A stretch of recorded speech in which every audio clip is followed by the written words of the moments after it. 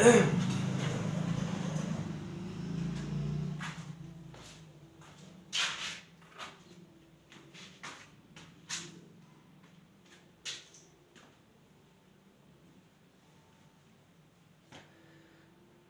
दोस्तों।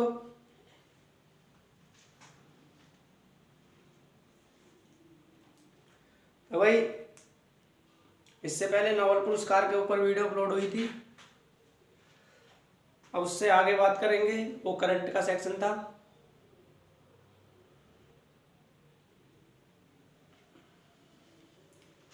आज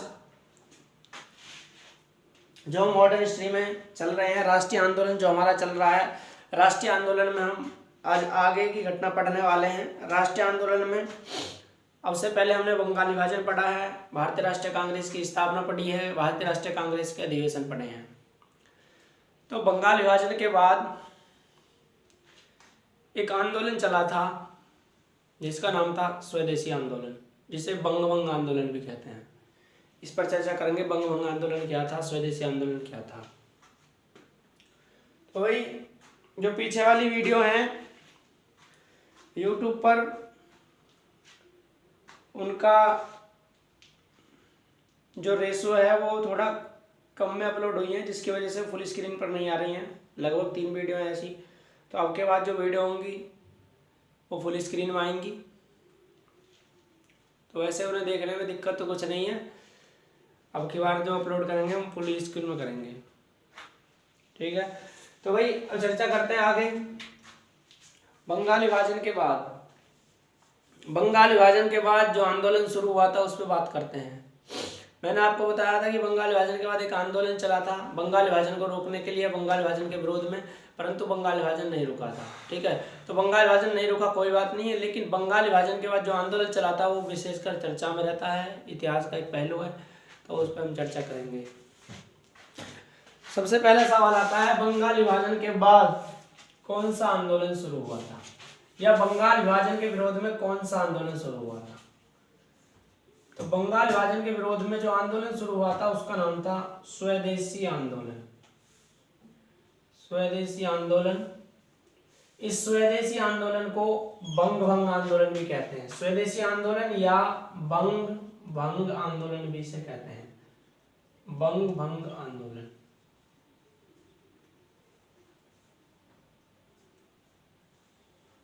तो सवाल आता है, बंगाल विभाजन के विरोध में कौन सा आंदोलन शुरू हुआ, स्वदेशी आंदोलन या बंग भंग आंदोलन शुरू हुआ था बंगाल विभाजन के विरोध में, ठीक है।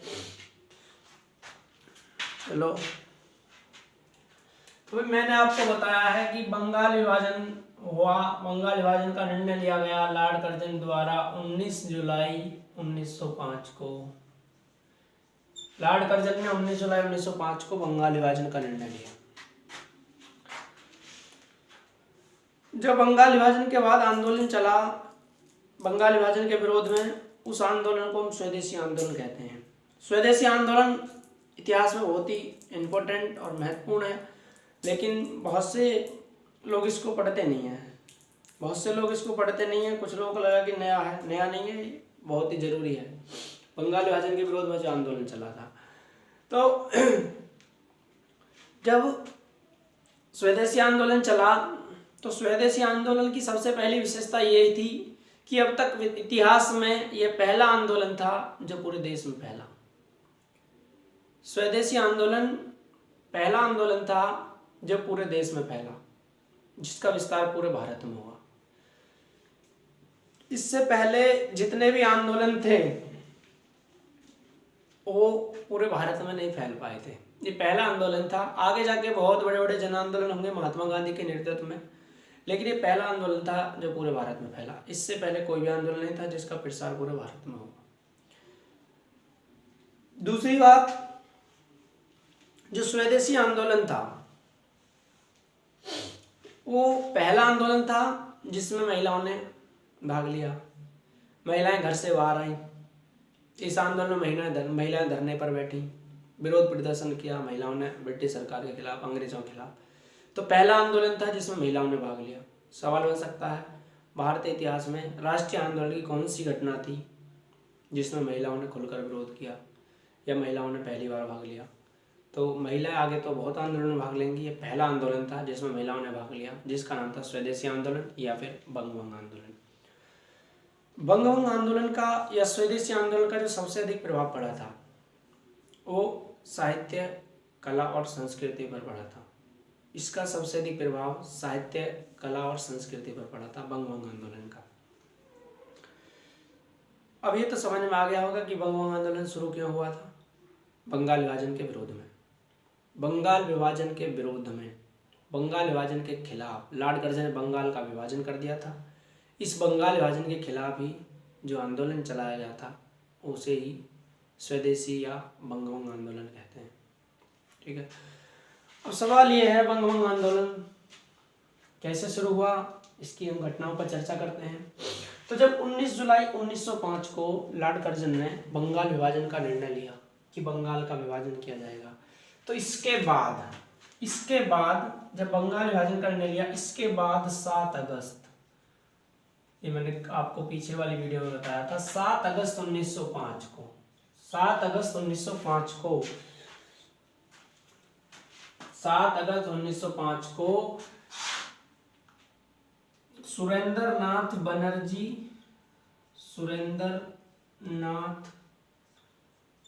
बनर्जी और कृष्ण कुमार मित्र इन दोनों की अध्यक्षता में 7 अगस्त 1905 को कलकत्ता के टाउन हॉल में एक बैठक बुलाई गई। कहाँ पर बुलाई गई? कलकत्ता के टाउन हॉल में। किसकी अध्यक्षता में? सुरेंद्रनाथ बनर्जी और कृष्ण कुमार मित्र, ये दोनों उसमें मुख्य नेता थे, या फिर इनके सहयोग से, इनके नेतृत्व में एक बैठक बुलाई गई कलकत्ता के टाउन हॉल में 7 अगस्त 1905 को। इस बैठक में 2 प्रस्ताव पास किए गए, मैंने आपको पहले बताए थे। एक प्रस्ताव था स्वदेशी आंदोलन चलाया जाएगा। इसमें कहा गया कि यदि लॉर्ड कर्जन ने अपना निर्णय वापस नहीं लिया तो हम स्वदेशी आंदोलन चलाएंगे। तो स्वदेशी आंदोलन का प्रस्ताव, एक तो था स्वदेशी आंदोलन का प्रस्ताव, ठीक, और जो दूसरा था वो था बहिष्कार प्रस्ताव। विदेशी वस्तुओं का हम बहिष्कार करेंगे यदि लॉर्ड कर्जन अपने इस निर्णय को वापस नहीं लेते हैं, तो हम विदेशी वस्तुओं का बहिष्कार करेंगे, स्वदेशी आंदोलन चलाएंगे। ये सब बातें इसमें जो है कही गई, ठीक है। परंतु ये जो बात है, सबसे पहले बहिष्कार प्रस्ताव की बात जो आई थी ना, बहिष्कार प्रस्ताव करेंगे, इससे पहले 7 अगस्त से पहले ये बात कृष्ण कुमार मित्र ने अपनी एक पत्रिका में प्रकाशित कर दी थी। जब 19 जुलाई 1905 को लॉर्ड कर्जन ने बंगाल विभाजन का निर्णय लिया, तो जो कृष्ण कुमार मित्र थे उन्होंने इस निर्णय का विरोध करते हुए ये पत्रिका प्रकाशित करते थे। ये एक पत्रिका प्रकाशित करते थे जिसका नाम था संजीवनी। ये संजीवनी नामक पत्रिका प्रकाशित करते थे कृष्ण कुमार मित्र। तो कृष्ण कुमार मित्र ने संजीवनी पत्रिका में एक बात कही कि यदि लॉर्ड कर्जन बंगाल विभाजन का निर्णय वापस नहीं लेते हैं तो हम विदेशी वस्तुओं का बहिष्कार करेंगे, स्वदेशी आंदोलन चलाएंगे और ब्रिटिश सरकार से हम सभी संपर्कों को समाप्त कर देंगे। हम ब्रिटिश सरकार के साथ कोई भी संपर्क नहीं रखेंगे। ये कृष्ण कुमार मित्र ने अपनी संजीवनी पत्रिका में बातें कही। इसीलिए या इसके बाद फिर 7 अगस्त 1905 को एक बैठक बुलाई गई कलकत्ता के टाउन हॉल में। इस बैठक में मुख्य व्यक्ति सुरेंद्रनाथ बनर्जी, कृष्ण कुमार मित्र थे। इससे पहले कह चुके थे अपनी पत्रिका में कि हम आंदोलन चलाएंगे, बहिष्कार प्रस्ताव पारित करेंगे, ठीक है, बहिष्कार प्रस्ताव पारित करेंगे और विदेशी वस्तुओं का बहिष्कार करेंगे। ये सब बात इन्होंने कह दी थी। तो बैठक होती है, ये दोनों प्रस्ताव इसमें पारित किए गए, ठीक है, दोनों प्रस्ताव इसमें पारित किए गए। इसके बाद जब दोनों प्रस्ताव इसमें पास कर दिए गए, इसके बाद भी बंगाल विभाजन का निर्णय लॉर्ड कर्जन ने वापस नहीं लिया। लॉर्ड कर्जन ने बंगाल विभाजन का निर्णय वापस नहीं लिया। बंगाल विभाजन का निर्णय लॉर्ड कर्जन ने वापस नहीं लिया। लॉर्ड कर्जन को चेतावनी दे दी गई टाउन हॉल में कि आप निर्णय को वापस ले लिए, नहीं तो हम स्वदेशी आंदोलन चलाएंगे। लेकिन लॉर्ड कर्जन ने अपना निर्णय वापस नहीं लिया। लॉर्ड कर्जन ने अपना निर्णय वापस नहीं लिया तो भारतीयों ने, जो सुरेंद्र नाथ बनर्जी थे, उनके नेतृत्व में स्वदेशी आंदोलन शुरू कर दिया। स्वदेशी आंदोलन के मुख्य नेता या बंगाल में स्वदेशी आंदोलन किसके नेतृत्व में शुरू किया गया? स्वदेशी आंदोलन के जो बंगाल में जिनके द्वारा शुरू किया गया था, जो उसके नेता थे, स्वदेशी आंदोलन के नेता कौन थे? स्वदेशी आंदोलन के नेता थे सुरेंद्र नाथ बनर्जी। सुरेंद्र नाथ बनर्जी के सहयोग से यह आंदोलन चलाया गया था। ठीक है, इसके बाद तो सुरेंद्र नाथ बनर्जी इसके नेता थे। स्वदेशी आंदोलन का टाइम पूछा जाए तो वही 1905 किसके नेतृत्व में चलाया गया? स्वदेशी आंदोलन सुरेंद्र नाथ बनर्जी के नेतृत्व में चलाया गया। अब क्या हुआ, जो गर्मपंथी नेता थे, जो गर्म विचार वाले नेता थे, मैंने आपको बताया जो उग्रवादी नेता थे, दो विचारधाराएं थी कांग्रेस में, एक गर्मपंथी नेता थे, एक नरमपंथी नेता थे।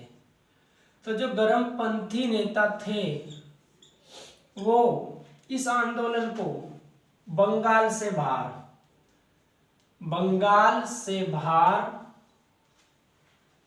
पूरे भारत में फैलाना चाहते थे, पूरे भारत में इसका प्रसार करना चाहते थे, पूरे भारत में प्रसार करना चाहते थे जो गर्म विचार वाले नेता थे। जबकि जो नरम विचार वाले नेता थे वो इसे केवल बंगाल तक ही सीमित रहना चाहते थे, वो बंगाल तक ही इसे सीमित रखना चाहते थे। वो चाह रहे थे कि यह बस बंगाल तक ही सीमित रहे, बंगाल से बाहर ये ना जाए। ठीक है, तो इस बात को लेकर गर्मपंथी और नरमपंथी में इस बात को लेकर मतभेद हो गए, विवाद हो गए। जो गर्मपंथी नेता थे बाल गंगाधर तिलक, लाला लाजपत राय, बिपिन चंद्रपाल और अरविंद घोष, ये चारों इस स्वदेशी आंदोलन का प्रसार पूरे भारत में करना चाहते थे, जबकि गोपाल कृष्ण गोखले, फिरोज शाह मेहता, ठीक है, और दादा भाई नौरोजी, WC बनर्जी, ये सब इस आंदोलन को केवल बंगाल तक ही सीमित रखना चाहते थे, इसे बंगाल से बाहर भेजना पसंद नहीं करते थे। ठीक है, इनका मानना था कि आंदोलन केवल बंगाल में ही फैले, पूरे भारत में इसकी लपटें ना जाएं। परंतु गर्मपंथी नेता इसे पूरे भारत के स्तर पर लाना चाहते थे, इस आंदोलन का प्रसार पूरे भारत में करना चाहते थे। ठीक है, तो जब ये आंदोलन शुरू हुआ तो इस आंदोलन में जन समर्थन को शामिल करने के लिए, यानी कि जनता की भागीदारी करने के लिए, जनता को इस आंदोलन में शामिल करने के लिए एक समिति का गठन किया गया, जिसका नाम था स्वदेश बांधव समिति। स्वदेश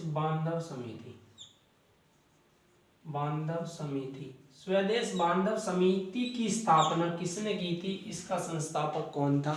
स्वदेश बांधव समिति की स्थापना की थी अश्वनी कुमार दत्त ने। अश्वनी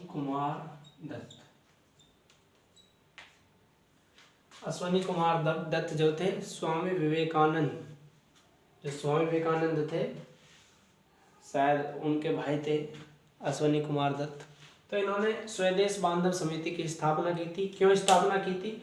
जनता का सहयोग पाने के लिए, इस आंदोलन में जनता को शामिल करने के लिए एक समिति बनाई। ठीक है, किसने? अश्वनी कुमार दत्त ने, जब आंदोलन शुरू हुआ।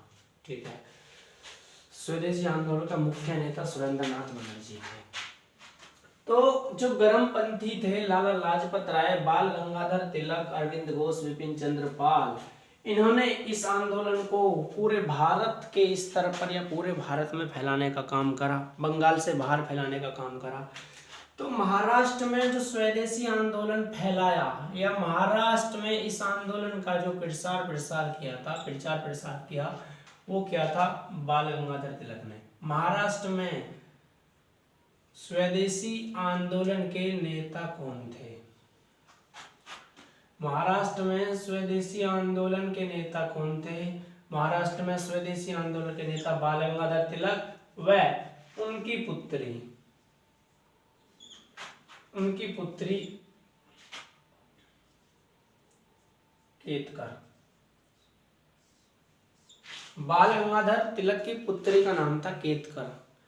तो स्वदेशी आंदोलन को महाराष्ट्र में फैलाने का कार्य बाल गंगाधर तिलक ने और उनकी पुत्री केतकर ने इसका प्रचार प्रसार किया, स्वदेशी आंदोलन या बंगभंग आंदोलन का महाराष्ट्र में। इसी प्रकार पंजाब में इस आंदोलन को जो फैलाया था, पंजाब में जो इसका प्रसार किया था वो किसने किया था? वो किया था अजीत सिंह ने। अजीत सिंह ने पंजाब में इस आंदोलन का प्रचार प्रसार किया था। उत्तर प्रदेश में इस आंदोलन का जो प्रचार प्रसार किया था वो किया था लाला लाजपत राय ने। लाला लाजपत राय ने उत्तर प्रदेश में स्वदेशी आंदोलन का प्रचार प्रसार किया था, लाला लाजपत राय ने। और मद्रास में इस आंदोलन का जो प्रचार प्रसार किया वो किया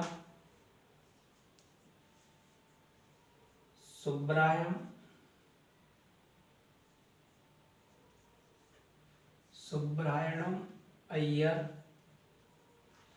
और दो नेता थे मद्रास में इसके, एक थे चिदम्बरम पिल्ले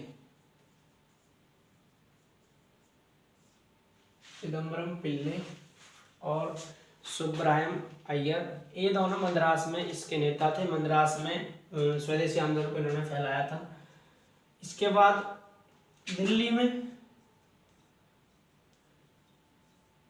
में इस आंदोलन का जो प्रचार किया था वो क्या था? सैयद हैदर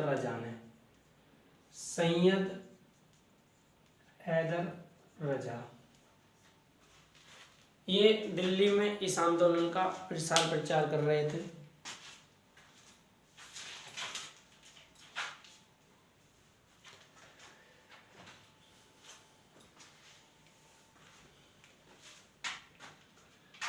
वही जितने भी गर्मपंथी नेता थे वो सब इस आंदोलन को पूरे भारत के स्तर पर लाना चाहते थे, इसे पूरे भारत में फैलाना चाहते थे, जबकि नरमपंथी नेता जो थे वो इसे केवल बंगाल तक सीमित रहना चाहते थे। और इस बात को लेकर गर्मपंथी और नरमपंथियों में विवाद हो गया और यही विवाद आगे जाकर कांग्रेस के सूरत विभाजन का कारण बनेगा। कांग्रेस सूरत विभाजन जो हुआ था वो उसकी नींव वहीं से रखी जाती है। जब बंगाल विभाजन के लिए स्वदेशी आंदोलन चला था बंगाल विभाजन के विरोध में, तो गर्मपंथी नेता उसे पूरे भारत में फैलाना चाहते थे और नरमपंथी नेता उसे केवल बंगाल तक सीमित रखना चाहते थे। और यहीं से गर्मपंथी और नरमपंथी नेताओं में विवाद हो गया और यह विवाद आगे जाकर सूरत विभाजन का कारण बना। कांग्रेस के गर्म और नरम दलों में जो विभाजन हुआ था उसकी जड़ या उसकी नींव वहीं से रखी जाती है। ठीक है। इसके बाद इस आंदोलन की जो महत्वपूर्ण सफलता थी, इस आंदोलन की महत्वपूर्ण सफलता जो थी वो थी विदेशी वस्तुओं का बहिष्कार करना। विदेशी वस्तुओं का बहिष्कार करना इस आंदोलन की महत्वपूर्ण सफलता थी। इस आंदोलन की महत्वपूर्ण सफलता थी विदेशी वस्तुओं का बहिष्कार। विदेशी वस्तुओं का बहिष्कार इस आंदोलन की महत्वपूर्ण सफलता थी। और विदेशी वस्तुओं में भी जो सबसे महत्वपूर्ण सफलता थी, जो विदेशी वस्तुओं में विशेषकर विदेशी वस्त्रों का इस आंदोलन के दौरान बहिष्कार किया गया था। विदेशी वस्त्रों का बहिष्कार सबसे ज्यादा किया गया था इस आंदोलन के दौरान। ठीक है। इस आंदोलन के दौरान विदेशी वस्त्रों को जगह जगह इकट्ठा करके उनको जला दिया गया था। जगह जगह विदेशी वस्तुओं को जलाया गया, विदेशी वस्तुओं का बहिष्कार हुआ और विदेशी वस्तुओं में सबसे ज़्यादा बहिष्कार, सबसे ज़्यादा हानि जो पहुंचाई वो विदेशी वस्त्रों को पहुंचाई थी इस आंदोलन के दौरान। इसके अलावा सरकारी अदालतों का, सरकारी स्कूलों का, कॉलेजों का, सरकारी नौकरियों का, सरकारी उपाधियों का, ठीक है, सबका इसके दौरान बहिष्कार किया गया। लोगों ने सरकारी नौकरियां छोड़ दी, अंग्रेजों ने उपाधि दी थी सरकारी, वो लौटा दी। सरकारी अदालतों का बहिष्कार कर दिया, वकीलों ने अदालतों में जाना छोड़ दिया, जो भारत के वकील थे, ठीक है, सबने कोर्ट का, अदालत का बहिष्कार कर दिया इस आंदोलन के दौरान। इस आंदोलन का एक नारा था, इस आंदोलन की एक उपलब्धि थी आत्मनिर्भरता और आत्मशक्ति। आत्मनिर्भरता, इस आंदोलन का नारा था आत्मनिर्भरता और आत्मशक्ति। स्वदेशी आंदोलन का नारा क्या था? आत्मनिर्भरता और आत्मशक्ति स्वदेशी आंदोलन का नारा था, आत्मनिर्भरता और आत्मशक्ति। आत्मनिर्भरता का जो अर्थ होता है वो होता है हमें विदेशी वस्तुओं के ऊपर निर्भर नहीं रहना है। आत्मनिर्भरता का अर्थ था यहाँ पे हमें विदेशी वस्तुओं के ऊपर निर्भर नहीं रहना है, हमें ज़्यादा से ज़्यादा स्वदेशी वस्तुओं का प्रयोग करना है। जितना भी विदेशी वस्तुएं हैं हमें उनका प्रयोग नहीं करना है, विदेशी वस्तुओं के ऊपर हम निर्भर नहीं रहेंगे, ये बात इसमें कही गई। इस बात का नारा दिया गया कि हमें ज़्यादा से ज़्यादा स्वदेशी वस्तुओं का प्रयोग करना है, स्वदेशी वस्तुओं को अपनाना है, विदेशी वस्तुओं का प्रयोग नहीं करना है। परंतु अपने देश की वस्तुएं जब प्रयोग में लाई जाती, जब उनकी पहुंच जनता तक निश्चित हो, यानी कि उस समय हमारे देश में जो वस्तुएं बनती थी वो ठीक प्रकार से भारतीय जनता तक पहुंच नहीं पा रही थी, उनकी पहुंच सुनिश्चित नहीं थी। मान लो कहीं पे हमारे देश की वस्तुएं मिल रही हैं, कहीं पे नहीं मिल रही हैं, कहीं वस्तु हमारे देश की उपलब्ध थी, कहीं नहीं थी, ठीक है। विदेशी वस्तुएं उस समय हमारे देश में ज़्यादा उपलब्ध थी, हमारे देश की बहुत ही कम वस्तुएं थी, स्वदेशी वस्तुएं बहुत कम थी और कहीं कहीं ये मिलती थी, तो इनकी पहुंच सुनिश्चित नहीं थी। और जब तक पहुंच सुनिश्चित नहीं होगी तो तब तक हम कैसे आत्मनिर्भरता बन सकते हैं या आत्मनिर्भर बन सकते हैं, यानी कि हम जब तक हमें अपने देश की बनी हुई चीज़ नहीं मिलेंगी, अपने देश की बनी हुई वस्तुएं नहीं मिलेंगी, तब तक हम कैसे विदेशी वस्तुओं के प्रयोग को रोक सकते हैं। भाई जब हमें अपने देश की कोई चीज़ आज भी नहीं मिलेगी तो हम क्या करेंगे, हम तो विदेश की चीज़ों का प्रयोग करेंगे ही। तो उस समय यदि बंगाल के, मद्रास के और बम्बई के लोगों को भारत की बनी हुई चीज़, भारत की जो स्वदेशी वस्तुएं हैं वो यदि नहीं मिलेंगी तो उन्हें भी प्रयोग तो करना ही है, तो वो विदेशी वस्तुओं का प्रयोग करेंगे। इसीलिए कि स्वदेशी वस्तुओं की पहुंच सुनिश्चित करने के लिए, यानी कि हमारे देश में जो बनी हुई वस्तुएं हैं उनको पूरे भारत में फैलाने के लिए, पूरे भारत में उनको पहुंचाने के लिए जगह जगह पर स्टोरों की स्थापना की गई थी, जगह जगह स्टोर खोले गए थे इस आंदोलन के दौरान, ताकि हमारे देश की जो वस्तुएं हैं वो उनकी पहुंच सुनिश्चित की जा सके, वो प्रत्येक स्थान पर मिल सकें, उपलब्ध हो सकें, इसीलिए स्टोर स्थापित किए गए। उन सभी स्टोरों में जो सबसे महत्वपूर्ण स्टोर था जिसने इस आंदोलन में अपनी महत्वपूर्ण भूमिका निभाई थी, उस स्टोर का नाम था Bengal chemical store. Bengal chemical store, इस स्टोर ने बंग आंदोलन के दौरान महत्वपूर्ण भूमिका निभाई थी। जगह जगह स्टोर स्थापित किए गए ताकि हमारी स्वदेशी वस्तुओं की पहुंच सुनिश्चित हो सके। उन स्टोरों में सबसे महत्वपूर्ण स्टोर जो था वो बंगाल केमिकल स्टोर था, ठीक है। इस आंदोलन के दौरान जो सबसे अधिक सहयोग दिया इस आंदोलन में, मैंने बताया कि महिलाओं ने खुलकर भाग लिया, पहली बार महिलाओं ने इस आंदोलन में भाग लिया।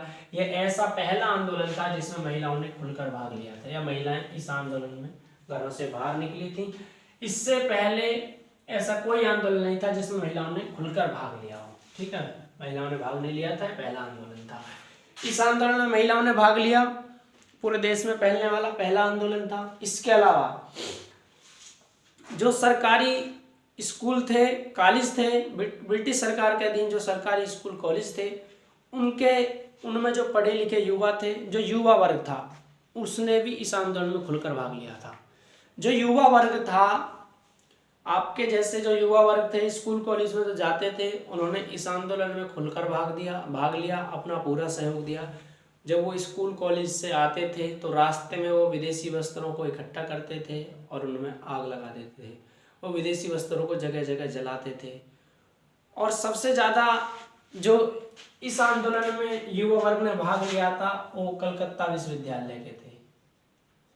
यानी कि जो बंगाल के युवा थे, कलकत्ता विश्वविद्यालय के युवाओं ने इस आंदोलन में खुलकर भाग लिया था। यह सबसे ज़्यादा अपना सहयोग दिया था युवा वर्ग में। सबसे ज़्यादा सहयोग कलकत्ता विश्वविद्यालय के युवाओं का था। ठीक है, कलकत्ता विश्वविद्यालय के युवाओं ने इसमें सबसे ज़्यादा सहयोग दिया।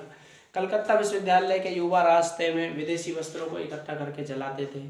जब कलकत्ता विश्वविद्यालय के युवा ज़्यादा ही उपद्रव मचा रहे थे, बंगाल के सभी स्कूल कॉलेजों के युवा ऐसा कर रहे थे, लेकिन कलकत्ता विश्वविद्यालय के युवा कुछ ज़्यादा ही विदेशी वस्त्रों का बहिष्कार कर रहे थे। तो जब बंगाल में युवा वर्ग ज़्यादा उपद्रव मचा रहा था ब्रिटिश सरकार के खिलाफ, तो ब्रिटिश सरकार ने एक एक्ट बनाया, एक कानून बनाया।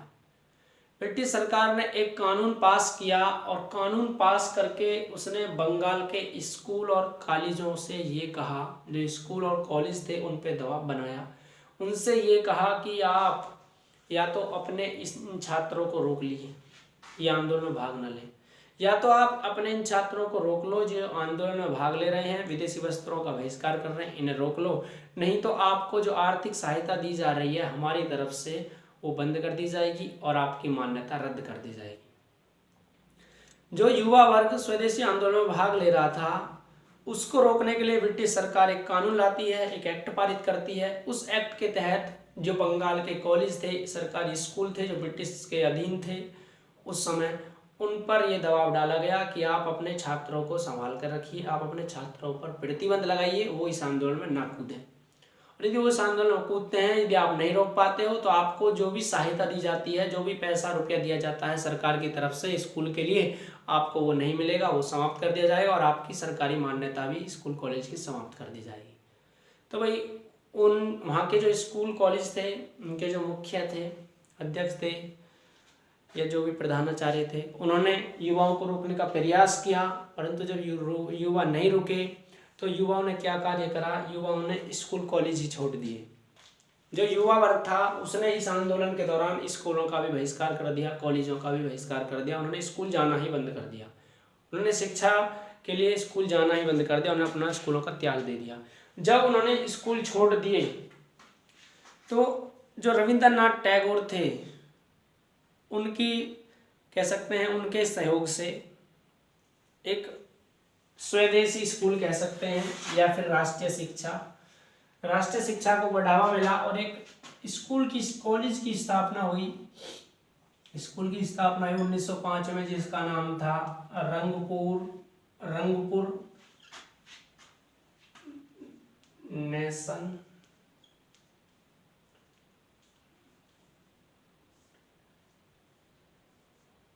रंगपुर नेशन स्कूल या कॉलेज 1905। रंगपुर नेशन स्कूल, शायद यहाँ पे स्कूल नहीं है, कॉलेज है, रंगपुर नेशन कॉलेज,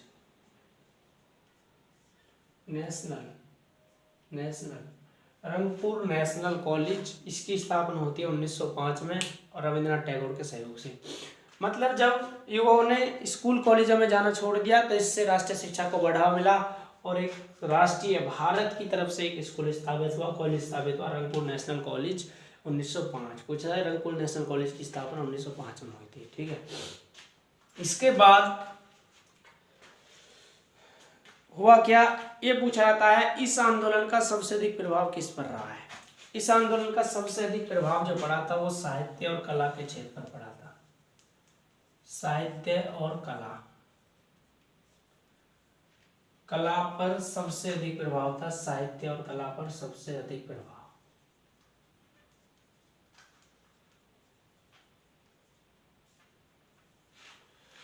तो साहित्य के क्षेत्र पर, संस्कृति के क्षेत्र पर सबसे ज्यादा प्रभाव पड़ा इस आंदोलन के दौरान।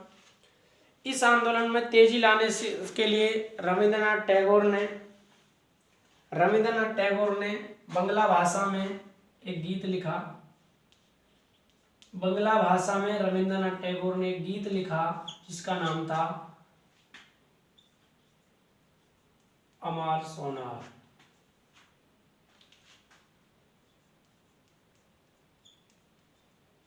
अमार सोनार।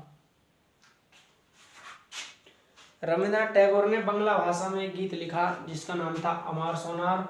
ये रविंद्रनाथ टैगोर ने लिखा था। और जब 1971 में बांग्लादेश आजाद हुआ था तो बांग्लादेश का ये राष्ट्रीय गीत बना अनार सोनार, अमार सोनार जो भी है, बांग्लादेश का ये राष्ट्रीय गीत बना अमार सोनार। अमार सोनार जो है ये बांग्लादेश का राष्ट्रीय गीत है। ये किसने लिखा था? रविंद्रनाथ टैगोर ने स्वदेशी आंदोलन के दौरान या फिर बंगाल विभाजन के बाद ये गीत लिखा था अमार सोनार, जो कि बांग्लादेश का वर्तमान में राष्ट्रीय गीत है। ठीक है, बांग्ला भाषा में लिखा गया था। अब इस आंदोलन का कमजोर पक्ष क्या था? यह आंदोलन धीमा क्यों पड़ गया? यह आंदोलन शांत क्यों हो गया? इस आंदोलन का शांत होने के कारण क्या रहे थे? तो भाई इस आंदोलन का कमजोर पक्ष क्या था? यह आंदोलन कमजोरी क्यों ले गया? इस आंदोलन में यह आंदोलन फैला तो पूरे भारत में था, ठीक है, परंतु यह केवल शहरी क्षेत्र तक ही सीमित रहा। आंदोलन फैला पूरे भारत में परंतु शहरी क्षेत्रों तक ही सीमित रहा। यह गांवों में किसान मजदूर जो थे उन तक नहीं पहुंच पाया था। स्वदेशी आंदोलन केवल शहरी क्षेत्रों, नगरीय क्षेत्रों में पहुंचा था। इसमें आम किसान, मजदूर, गरीब जनता ने इसमें भाग नहीं ले पाए थे। इस आंदोलन से दो वर्ग दूर रहे थे। दो वर्ग इस आंदोलन से अलग रहे थे। एक तो किसान या मजदूर ने इस आंदोलन में भाग नहीं लिया था, और एक थे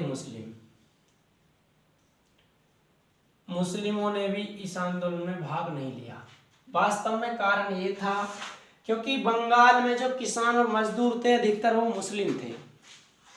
तो जब किसान मजदूर भाग नहीं ले पाए तो अर्थात मुस्लिमों ने भी भाग नहीं लिया, क्योंकि किसान और मजदूर वास्तव में कौन थे? वो मुस्लिम ही थे। एक ही बात है, किसान जो थे वो अधिकतर मुस्लिमों थे, तो मुस्लिम थे, इसीलिए स्वदेशी आंदोलन से जो अलग रह गए वो कौन रह गए? मुस्लिम, किसान और मजदूर। यह आंदोलन गांव तक नहीं पहुंच पाया, यह शहरी क्षेत्र तक ही सीमित रहा। एक गांव की आम जनता इस आंदोलन में भाग नहीं ले पाई। पहला कमजोर पक्ष इसका ये था। इसके शांत होने के या फिर समाप्त होने का एक दूसरा कारण ये था कि 1907-1908 में इसके अधिकतर नेताओं को गिरफ्तार करके भारत से बाहर भेज दिया गया था। स्वदेशी आंदोलन के दौरान 1907-08 में इसके अधिकतर नेताओं को गिरफ्तार करके भारत से बाहर भेज दिया गया। जैसे बाल गंगाधर तिलक को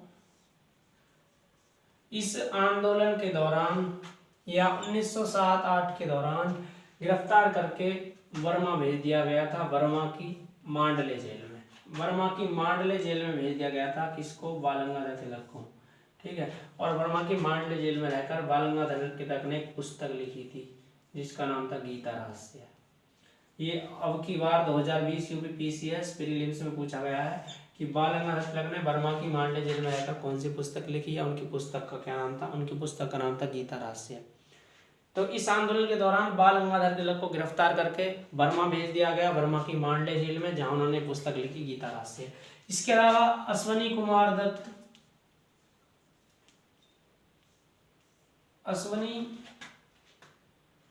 कुमार दत्त भी गिरफ्तार कर लिए गए।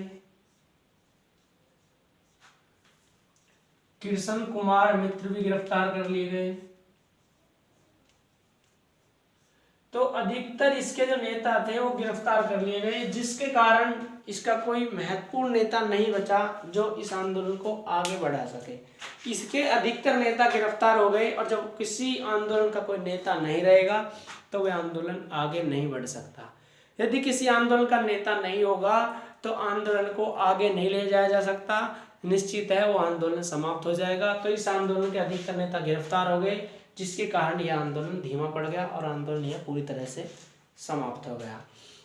इस आंदोलन का सबसे बड़ा प्रभाव यह रहा था कि इस आंदोलन से विदेशी वस्तुओं के आयात में कमी आ गई थी। विदेशी वस्तुओं के आयात में कमी आ गई थी और स्वदेशी वस्तुओं का प्रयोग बढ़ गया था इस आंदोलन के दौरान। क्योंकि भाई इस आंदोलन का मुख्य उद्देश्य, मुख्य फोकस किस पर था?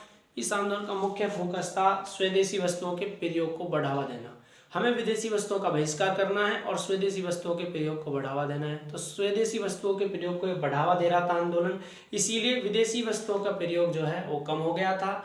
और जब विदेशी वस्तुओं का प्रयोग कम हो जाएगा तो विदेशी वस्तुओं का आयात तो अपने आप ही कम हो जाएगा। जब स्वदेशी वस्तुएं, अपने देश की बनी हुई वस्तुओं का हम प्रयोग ज़्यादा करने लगेंगे तो निश्चित है कि बाहर से आने वाली वस्तुओं का आयात कम हो जाएगा।